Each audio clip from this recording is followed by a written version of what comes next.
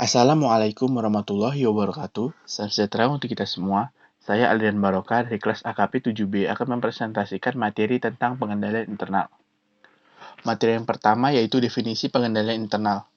Pengendalian internal adalah proses yang dilaksanakan oleh direksi atau dewan komisaris, manajemen, dan personalia lainnya yang dirancang untuk memberikan assurance atau keyakinan yang memadai tentang capaian atas tujuan-tujuan berkenaan dengan kegiatan perusahaan, pelaporan, dan ketaatan. Definisi tersebut mencerminkan beberapa konsep yang sangat mendasar, fundamental, yang menekankan bahwa pengendalian internal ditujukan untuk pencapaian tujuan dalam satu atau beberapa kategori. Proses yang merupakan tugas dan kegiatan yang berjalan, dilaksanakan oleh manusia, mampu memberikan keyakinan yang membadai, dan dapat menyesuaikan diri dengan struktur organisasi. Selanjutnya, tujuan pengendalian internal. Tujuan yang pertama yaitu tujuan operasional atau operation objective, yang berkenaan dengan efektif dan efisiensinya kegiatan entitas, termasuk tercapainya sasaran operasional dan keuangan, serta pengamanan aset terhadap kerugian, misalnya terhadap pencurian, bencana alam, dan selain sebagainya.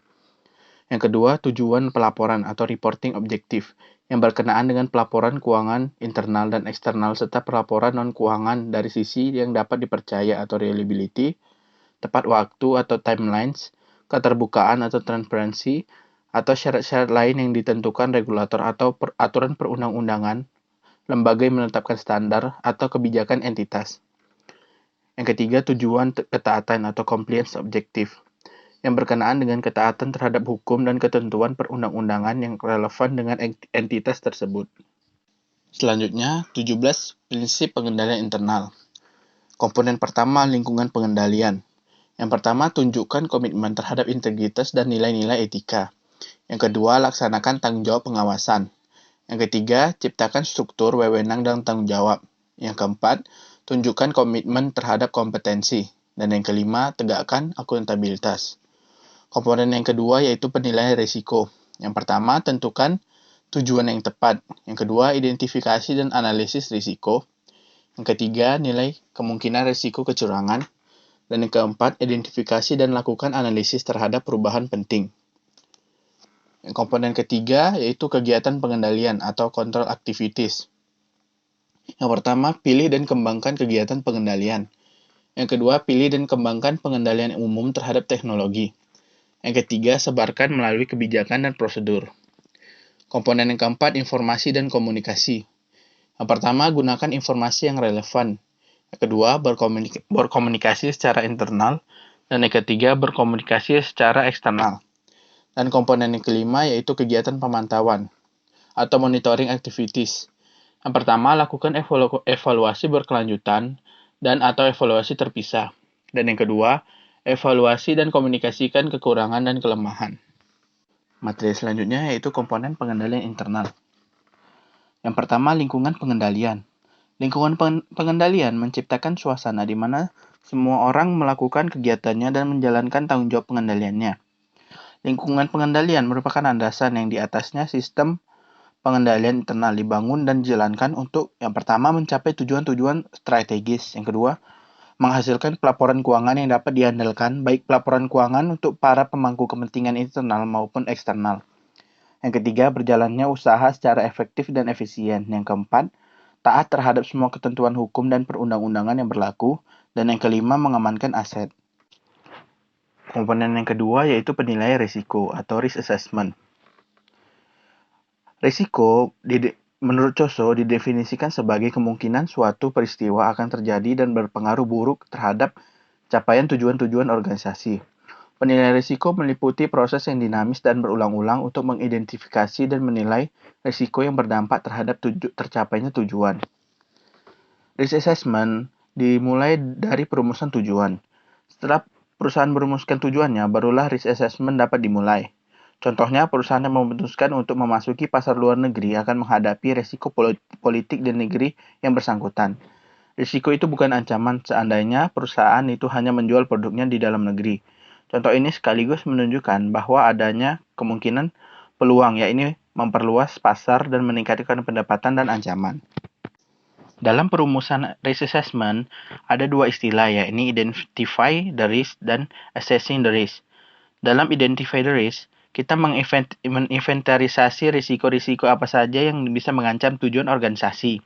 Dalam assessing the risk, kita ingin mengetahui berapa probabilitas terjadinya peristiwa atau event yang menjadi ancaman dan seberapa dahsyatnya ancaman itu.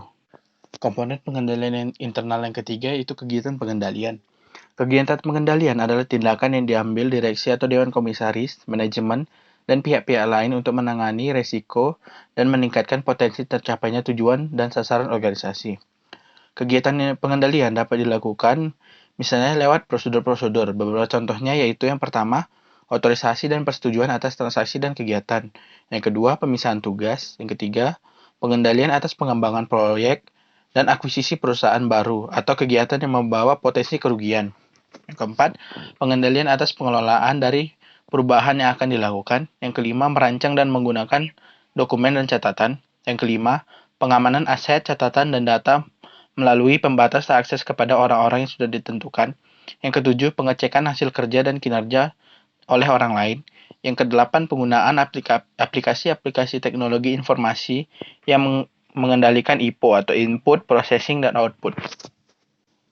Komponen yang selanjutnya yaitu informasi dan komunikasi. Informasi yang bermutu tinggi harus dikomunikasikan secara tepat.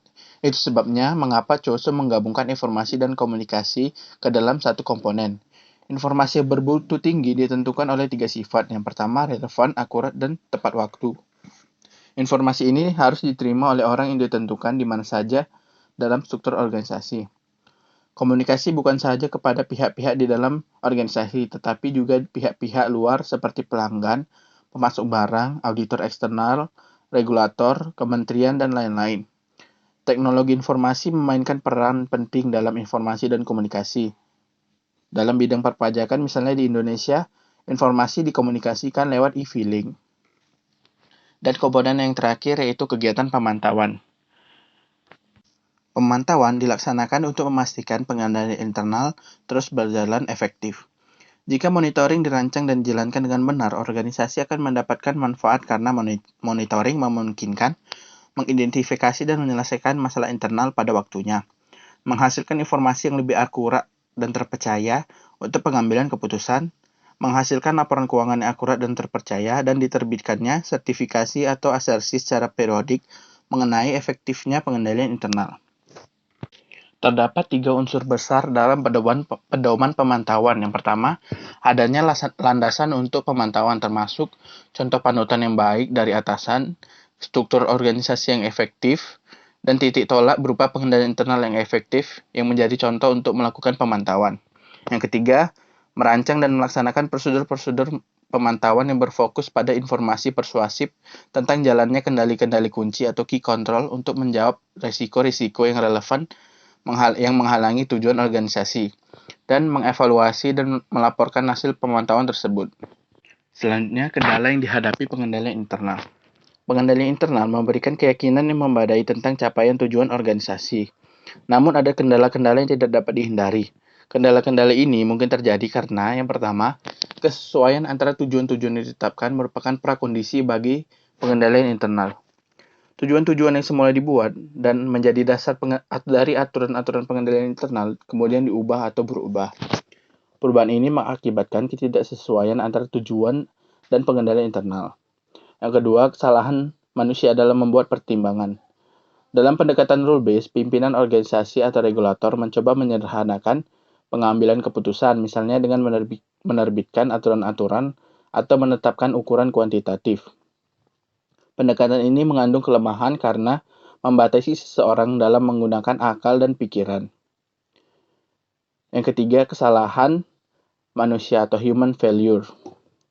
Ini bisa terjadi karena seringnya rutinitas, kejenuhan, atau tidak konsentrasi. Yang ketiga, pimpinan bisa saja memutuskan aturan lain dari aturan. Yang sering digunakan pimpinan adalah kesalahan ini tidak material jika batas material atau tidak merupakan kewenangan pimpinan. Yang kelima, persengkokolan di antara berbagai pihak menyebabkan pemisahan tugas menjadi tidak berfungsi. Materi yang terakhir yaitu inherent risk, controllable risk, dan residual risk. Inherent risk adalah gabungan antara faktor-faktor risiko di dalam dan di luar organisasi. dalam keadaan yang masih murni, belum dikendalikan, atau risiko kotor dengan asumsi belum ada pengendalian internal. Yang kedua, controllable risk. Bagian dari inherent risk yang dapat ditekan atau dikurangi manajemen melalui kegiatan sehari-hari dan kegiatan manajemen. Dan yang terakhir, residual risk. Bagian dari inherent risk yang ada sesudah manajemen melakukan tanggapan-tanggapan atas risiko. Residual risk ini kadang-kadang diterjemahkan sebagai risiko bersih. Demikian pemaparan saya tentang materi pengendalian internal. Jika ada kekurangan dan kesalahan, saya mohon maaf. Assalamualaikum warahmatullahi wabarakatuh. Salam sejahtera untuk kita semua.